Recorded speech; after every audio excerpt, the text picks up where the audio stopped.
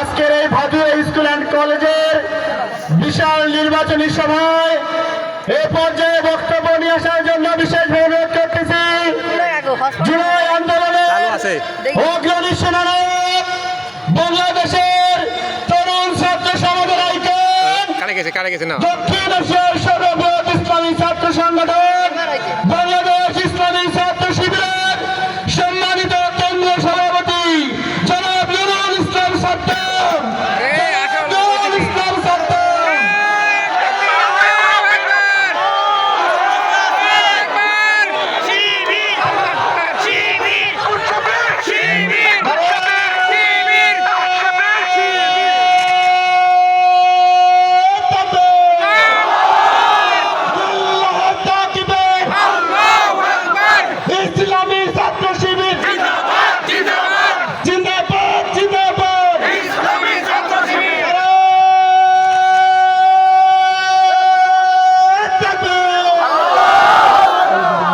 الشيطان الرجيم بسم الله الرحمن الرحيم إن الحمد لله والصلاة والسلام على من لا نبي بعده وعلى آله وأصحابه أجمعين رب اشرح لي صدري ويسر لي أمري واحلل عقدة من لساني يفقهوا قولي الحمد لله আল্লাহ রাব্বুল আলামিনের দরবারে লাখো কোটি শুকরিয়া আদায় করছি। সকলে বলি রব্বানা লাকাল হামদ حمدا كثيرا طيبا مباركا فيه يا ربي لك الحمد كما ينبغي لجلال وجهك وعظيم سلطانك।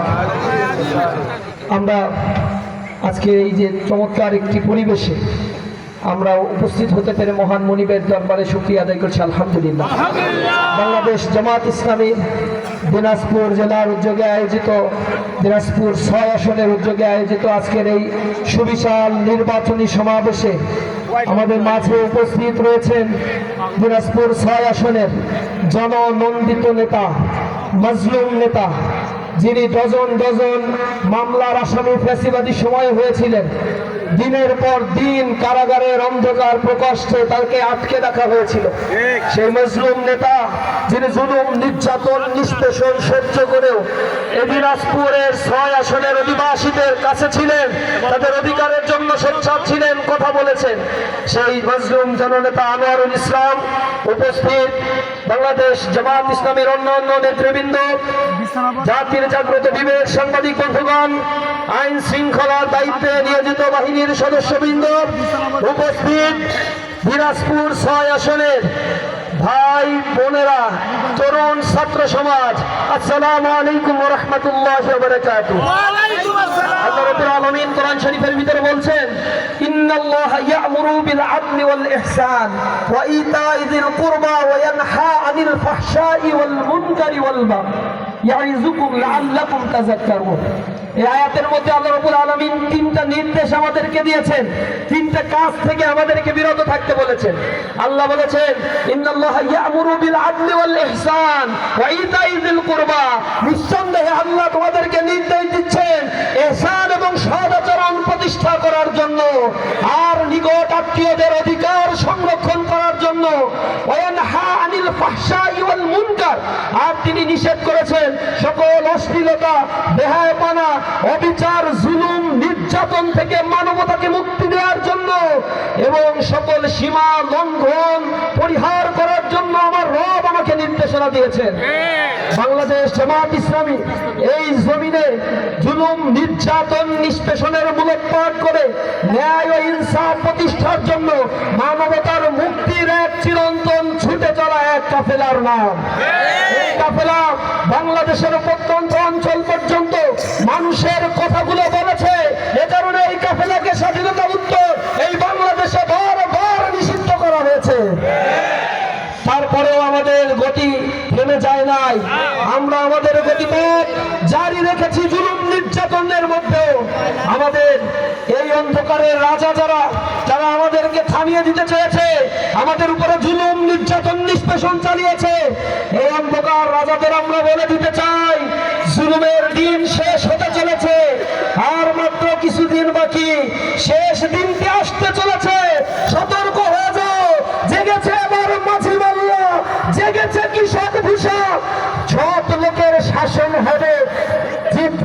পাল্লা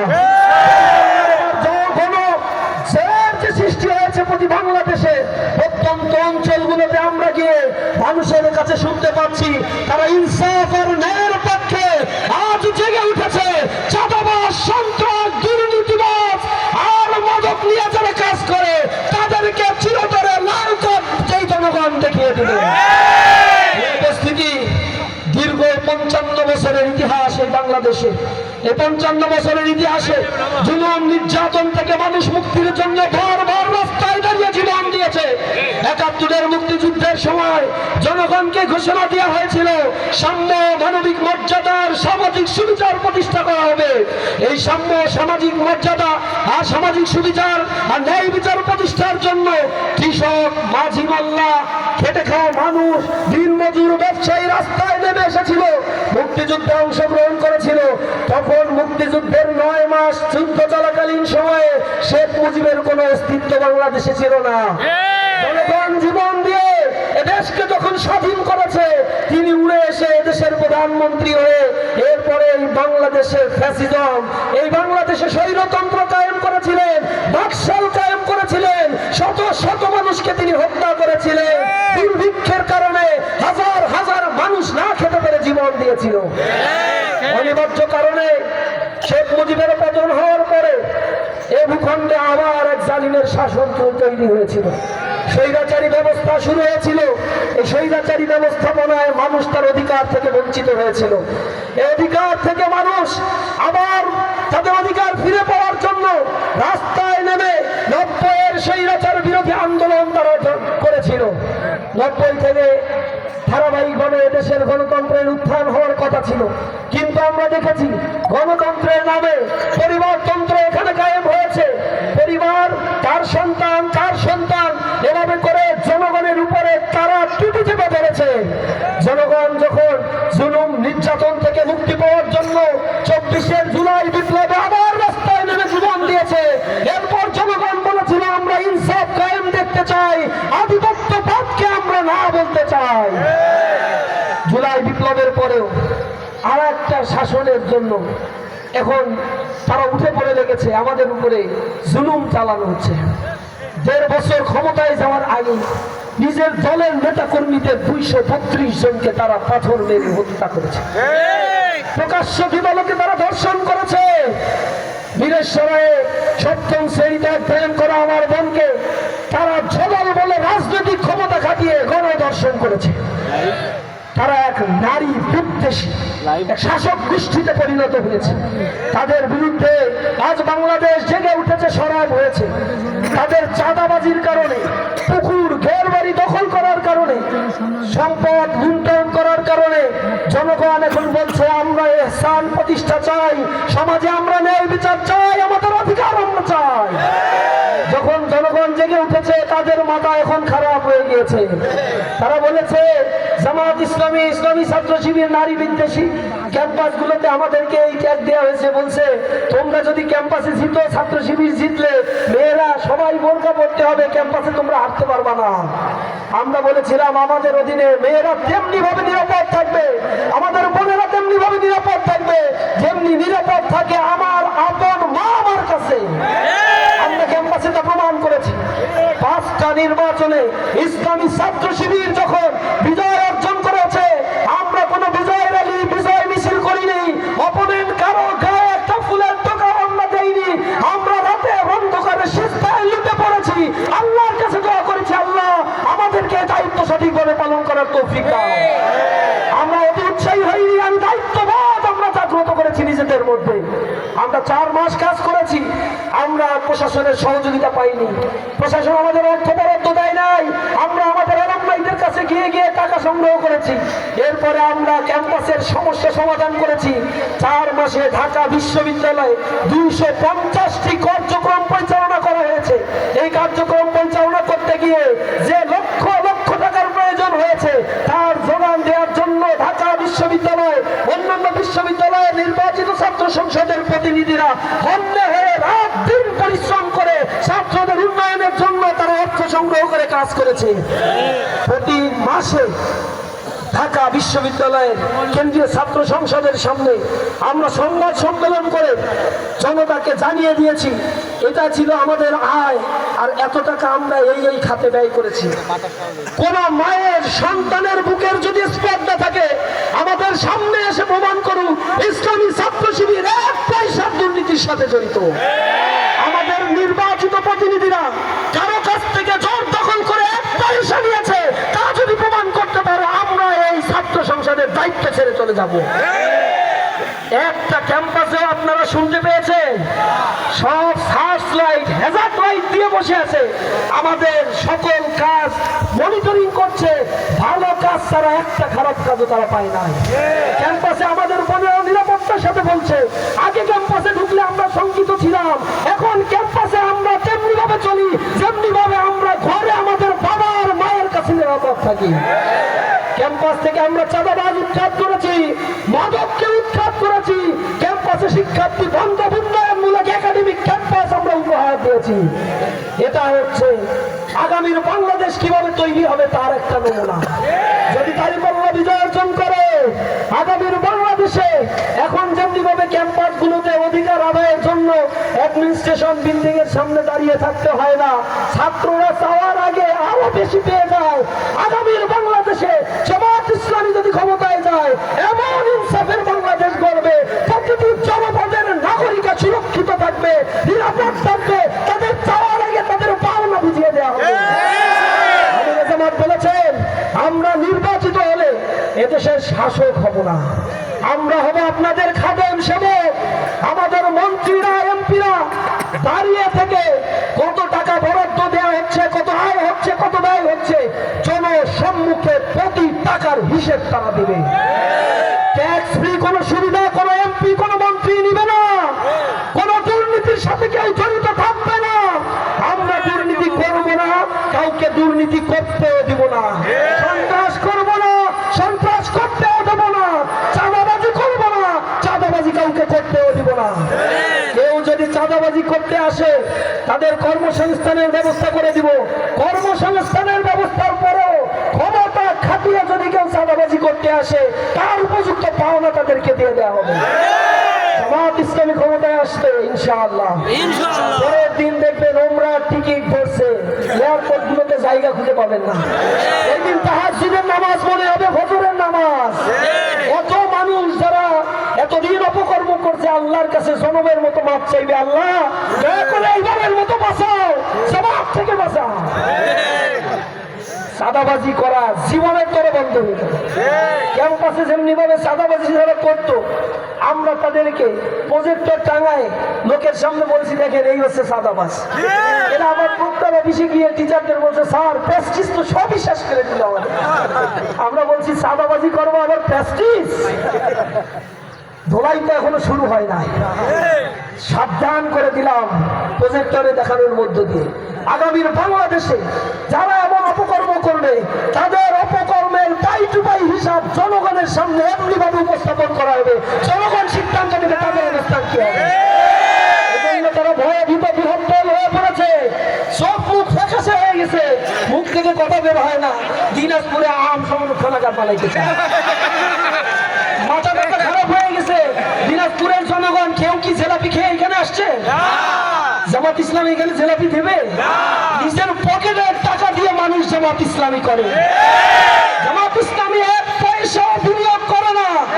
জামাত ইসলামী যারা করে তারা সব দক্ষ দেশপ্রেমিক নাগরিক, তারা আসে সেই আশা নিয়ে আসে নিজের পকেটের অর্থ খরচ করেই আমরা কাজ করব। সুতরাং আমাদেরকে যারা মিথ্যা অপবাদ দেয় 12ই ফেব্রুয়ারি তাদের লাল কার্ড দেখাতে দিনাজপুর 6 আসনের মানুষেরা প্রস্তুত আছেন তো? ভোট ডাকাতি করার জন্য চিন্তা ভাবনা করতেছে কেউ কেউ। ভোট ডাকাতি করতে আসলে আমরা বলে দিয়েছি সব লিস্ট আমরা করতেছি, আমাদের সামনে সব আছে।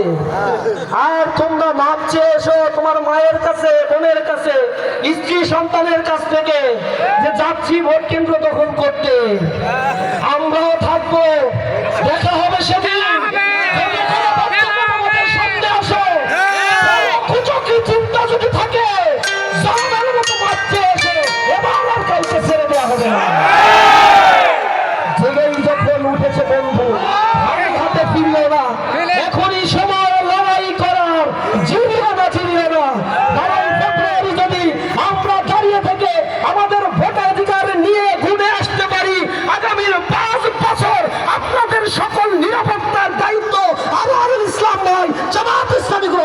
ইনশাআল্লাহ।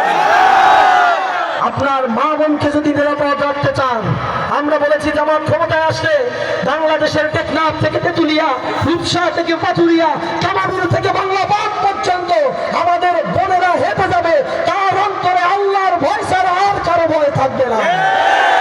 এ কারণে দুর্নীতি আর দুঃশাসন দীর্ঘ সময় ধরে মানুষ অতিষ্ঠ হয়ে গিয়েছে। এখন আবার ভোট ডাকাতরা ভোট কেনার ষড়যন্ত্র করছে। আমাদের বিশ্ববিদ্যালয়গুলোতে 3,000 টাকা দিয়ে আমাদের বোনদেরকে ভোট কিনছিল। 3,000 টাকা দিছে, একটা শাড়ি দিছে, 3 বেলা খাওয়াইছে। এরপরে বলছে ভোটটা দিও বাবা। আমরা বলছিলাম আমরা তো তোমাদের খাওয়াইতে পারবো না, 3,000 টাকা ছাত্র শিবির পাবে কই? দাম তো কিনা দিয়ে আমরা চলি, আমাদের পকেটের কিছু ইয়ানত দিয়ে আমরা চলি। আমরা এটা পারবো না বোন, তবে জেনে রাখো তোমাদের যে টাকাটা দেয় ওটা সব চাঁদাবাজির টাকা। এই টাকা তোমার হক আছে, ওটা তুমি নাও, সমস্যা নাই। আর তোমাকে যে টাকা দিবে ওর চাইতে কয়েক গুণ টাকা যদি উসুলি না করতে পারে, কিসের রাজনীতি করে তারা? রাজনীতি হচ্ছে 1 টাকা খরচ করলে 10 টাকা উসুল করবে। সুতরাং যা দেয় এগুলো নাও, এতে সমস্যা নাই। ভোট দেওয়ার সময় বিবেককে খাটিও। কোরআনের উপর হাত দিয়ে ধর্ষণ করলে যেমন ধর্ষণ জায়েজ হয় না, কোরআনের উপর হাত দিয়ে চুরি করলে যেমনি চুরি জায়েজ হয় না, তেমনি ভাবে টাকা খেয়ে যদি ভোট দাও, সেই ভোট দেওয়াও তোমাদের জন্য জায়েজ হবে না। সুতরাং টাকা খাবা, জায়গা মতো ইনসাফের প্রতীকে ভোট দিবা ইনশাআল্লাহ। আমাদের শিক্ষার্থীরা কথা রাখছে, মেয়েদের একটা হল জগন্নাথ বিশ্ববিদ্যালয় সম্পূর্ণ প্যানেল সহ ছাত্রী সংস্থা জিতে গেছে। এরপরে তারা বলে হাই রে বেঈমান, পাগল হয়ে গেছে যে এত টাকা খরচ করলাম, একটা ভোট দিলা না। এই বেঈমানদের কাছে আর আমরা যাবো না। না, আমরা বলছি বাংলার জনগণকে আর বোকা মনে করো না। 2-4 টাকায় তোমাদের ক্ষমতা এনে লাশ বিক্রি করা, লাশের স্তূপ তৈরি করার জনগণ এখন সেই মুডে নাই। এখন তরুণ সমাজ জেগে উঠেছে। দুর্গমগিরি কান্তার মরু দুস্তর পরাভর হয়ে লঙ্ঘিতে হবে রাত্রি নিশীথে ছাত্রীরা হুঁশিয়ার। ছাত্রীরা এখন হুঁশিয়ার হয়ে গিয়েছে। যাত্রীদের বোকা মনে করো না, খালি বলতেই থাকো জেলাপি দিলেই ভোট কেনা যায়। এগুলো তোমাদের ওই পুরাতন বন্দোবস্ত জুলাই বিপ্লবের মধ্য দিয়ে আমরা সব ধূলিসাৎ করে দিয়েছি। এখন হবে ইনসাফ আর ন্যায়ের আগামীর বাংলাদেশ, যে বাংলাদেশ কথা বলবে। আপনাদেরকে জানিয়ে রাখি, এই বাংলাদেশ থেকে আওয়ামী আমলে 6,40,000 কোটি টাকা ঋণ খেলাপি করা হয়েছে। এই ঋণ খেলাপিদের সাথে যারা আষ্টে পৃষ্ঠে জড়িত ছিল, এমন 43 জনকে বিএনপি মনোনয়ন দিয়েছে, যাদের ঋণ খেলাপির পরিমাণ 26,000 কোটি টাকা। তারা ব্যাংক লুটপাট করেছে। আপনাদের ব্যাংক টাকা দিতে পারে না, 6টা ব্যাংক একসাথে করে দেওয়া হয়েছে। এরপরে ব্যাংক চলে না, তাই আপনাদের ট্যাক্সের টাকা, ওই ট্যাক্সের টাকা থেকে 25,000 কোটি টাকা ব্যাংকে থোক বরাদ্দ দেওয়া হয়েছে। ব্যাংকে আপনি টাকা রাখছেন, আপনার টাকা লুট করছে, আবার ব্যাংকে আপনার ট্যাক্সের টাকা নিয়ে আবার এখানে বলছে। 2 বার আপনার সাথে প্রতারণা করা হলো। এই প্রতারকদের যারা এবার নমিনেশন দিছে, তারা ক্ষমতায় যাওয়ার পরে ব্যাংকগুলোকে দেউলিয়া করে আবার ফসা করে দিবে। দেশ থেকে দুর্নীতি করে আওয়ামী লীগের আমলে 28 লক্ষ কোটি টাকা শুধু পাচার হয়েছে, যা বাংলাদেশের 7 বছরের বাজেটের সমান। আওয়ামী লীগ যা ক্ষমতায় ছিল তার অর্ধেক যে 7 বছর, সেই 7 বছরের টাকাগুলো তারা শুধু বিদেশে পাচার করছে। এই টাকা যদি দেশে থাকতো, আমাদের দেশের 6 কোটি মানুষ দারিদ্র সীমার নিচে বসবাস করতো না। উত্তরবঙ্গের তিস্তা প্রকল্প বাস্তবায়ন করে এখানে আধুনিক অর্থনীতির হাত তৈরি করা হয়নি কার ইশারায়? জনগণ তা জানতে চায়। জামাত ইসলামী ক্ষমতায় আসলে আমিরে জামাত বলেছে উত্তরবঙ্গ থেকে উন্নয়নের যাত্রা শুরু হবে। দিনাজপুরবাসী, দিনাজপুর 6 আসনের মানুষের কলিজার দাবি এখানে একটা জেলা সদর থাকবে, জেলা হবে। সেই দাবি পূরণ করার কথা বলা হয়েছে। এখানে প্রত্যেকটা জেলা শহরে আধুনিক চিকিৎসা কেন্দ্র করে তোলা হবে। উপজেলায় স্বাস্থ্য কমপ্লেক্সে যাওয়ার পরে মনে হয় গরু ছাগলের থাকার জায়গা। স্বাস্থ্য কমপ্লেক্স গুলোতে যে বাজেট হয়, সে বাজেট স্বাস্থ্য কমপ্লেক্স পর্যন্ত আসতে আসতে 5% থাকে না, 95% রাজনৈতিক নেতা আর আমলারা খেয়ে লুটপাট করে। জামাত বলছে আমরা দুর্নীতি মুক্ত একটা অ্যাপ তৈরি করছি, সুরক্ষা অ্যাপ, পাহারাদার অ্যাপ। ওই অ্যাপসে খালি ঢুকবেন আর কমপ্লেন করে দিবেন, প্রশাসন এসে ওই চাঁদাবাজকে উঠাই নিয়ে গিয়ে, ওই যে মানে ঋণ খেলাপিকে উঠাই নিয়ে, অথবা যে সন্ত্রাস করছে, দুর্নীতি করছে, তাকে তাকে উঠাই নিয়ে চলে যাবে, সে নিজেও টের পাবে না। এরপরে যা শাস্তি দেওয়ার তা দিবে। জনগণের হেফাজতের দায়িত্ব জামাত ইসলাম আধুনিক বাংলাদেশ গড়ার মধ্য দিয়ে নিবে। জামাত ইসলাম বলছে যারা বয়োবৃদ্ধ হয়ে যায় আর যারা শিশু রয়েছে তাদের বিনামূল্যে চিকিৎসার ব্যবস্থা জামাত ইসলামী করবে। জামাত ইসলামী ঘোষণা দিয়েছে জেলা সদরে আধুনিক হাসপাতাল তৈরি করা হবে, চিকিৎসার জন্য ঢাকায় যেতে হবে না। দুর্নীতি যদি রোধ করা যায় তাহলে এটা সম্ভব। একটা দল বলছে ক্ষমতায় গেলে দুর্নীতি মুক্ত বাংলাদেশ গড়বে, শয়তানেও বিশ্বাস করে। 10 বছর ছিল না, দুর্নীতিতে পৃথিবীর বুকে চ্যাম্পিয়ন, তিনবার, একবার না। তাও আমরা এই কথা বলার পরে বলে তোমাদেরও তো 3 জন মন্ত্রী ছিল, তারা পদত্যাগ করে নাই কেন? লজ্জা শরম থাকলে মানুষ এই কথা বলে। জামাতের আমির বলছে যে আমরা 3টা মন্ত্রণালয় তো অন্তত শকুনের হাত থেকে হেফাজত করছি, এই 3টা যদি খাইতে পারতাম তাহলে তো ডাবল ক্লাস হয়ে যেত। এরপরেও এই কথা তোমরা বলো। তারা দুর্নীতি বন্ধ করবে এটা শয়তানও বিশ্বাস করে না। তারা 2001 সালে স্বাস্থ্য বীমা করে দেওয়ার কথা ছিল, কথা রাখে নাই। তারা কৃষকের 5,000 টাকা সুদ সহ ঋণ মওকুফ করার ওয়াদা করেছিল 2001 সালে, কথা রাখে নাই। এখন তারা আবার কার্ডের লোভ দেখাচ্ছে, এই কথাও তারা রাখবে না। আমরা যখন তাদেরকে প্রশ্ন করেছি 4 কোটি কার্ড দেবে, 1 টাকা কোথায় পাবা, কোনো উত্তর তারা দিতে পারে নাই। এরপরে বলছে এগুলো ধারাবাহিকভাবে বাস্তবায়ন করবে। ধারাবাহিক পারবে বাস্তবায়ন মানে শেষ বছরে 5 বছর ক্ষমতায় থেকে শেষ বছরে 1 লাখ কার্ড দিয়ে বলবে দিছি তো কিছু, আবার ভোট দাও, তাহলে আবার কার্ড দেওয়া শুরু করবে। এই কার্ডের ব্যবসা আওয়ামী লীগ করে নাই। 1 কোটি কার্ড পৃথিবীর ছেড়ে ছিল তারা, 32 লক্ষ কার্ড অকেজো ছিল, 68 লক্ষ কার্ড যা ছেড়ে ছিল সেই 68 লক্ষ কার্ড দিয়েছিল আওয়ামী লীগের এমপি, মন্ত্রী, উপজেলার চেয়ারম্যান, ইউনিয়ন চেয়ারম্যানের কাছে। তারা শিয়ালের কাছে মুরগি বর্গা দিলে যা হয়, কার্ডগুলো অল্প কিছু বিতরণ করছে আর নিজের চাচার নামে, দাদার নামে, তালতু বোন, খালতু বোন, শাস্তু বোন, ফুকতো বোন সবার নামে কার্ড রেখে দিচ্ছে। সব ইজারাদারি তারা নিয়ে এরপরে মনকে মন, তনকে তন, ধান, গম, আলু এগুলা তারা সংরক্ষণ করেছে। 2-3 ট্রাক বিতরণ করে বাকিগুলো নিজের গুদামজাত করে কোটি কোটি টাকায় সেগুলো বিক্রি করেছে আর নিজেরা ফুলে ফেপে কোটি কোটি টাকার মালিক হয়েছে। দিনাজপুরবাসী কি সাক্ষী না? এখানে চেয়ারম্যানরা, মন্ত্রীরা কি পরিমাণ আলিশান রাজপ্রাসাদ তারা নির্মাণ করেছেন। এখন আবার কার্ডের প্রলোভন দেখাও, এ জনতা এখন আর বোকা নয়। তোমাদেরকে জানিয়ে দিচ্ছি আগামীর বাংলাদেশে প্রতি নাগরিক হবে সুরক্ষিত। এদেশের সংখ্যাগুরু আর সংখ্যালঘু বলতে কেউ থাকবে না, সবাই রাষ্ট্রের নাগরিক, সবার সমান অধিকার বাস্তবায়নের দায়িত্ব তাদের রাষ্ট্রে ইনশাআল্লাহ। সর্বশেষ বলতে চাই আগামী 12ই ফেব্রুয়ারি হ্যাঁ এর পক্ষে আপনারা রায় দিবেন গণভোটে। এই হ্যাঁ যদি বিজয়ী হয় তাহলে ফ্যাসিবাদ চিরতরে বিলুপ্ত হবে। সংবিধানকে ইচ্ছে করে সংশোধন করতে পারবে না, গণভোটের প্রয়োজন হবে। আপনার মৌলিক অধিকার প্রতিষ্ঠিত হবে, ফ্যাসিবাদ দূর হবে, আধিপত্যবাদ চিরতরে তার কবর রচিত হবে ইনশাআল্লাহ। আর আমরা বলতে চাই আমাদের মা বোনদেরকে রাস্তায় যখন দেখেছে এই নীলফামারী 2 এর মিছিল দেখলাম, আমরা পাগল হয়ে গেছি। এত মা বোনেরা রাস্তায় নেমে আসছে, এইটা দেখে তাদের মাথা টালমাটাল, চারিদিকে আমাদের বোনেদের গায়ে হাত দিচ্ছে। গতকাল পটুয়াখালীতে একজন অন্তঃসত্ত্বা নারীর গায়ে হাত দিয়েছে, তার পেটে লাথি দিয়েছে। এরা মানুষ না, এরা জালিম, এরা পশুতে পরিণত হয়েছে। এদের হাতে আমাদের মায়েদের কোনো নিরাপত্তা নাই, বোনেদের নিরাপত্তা নাই।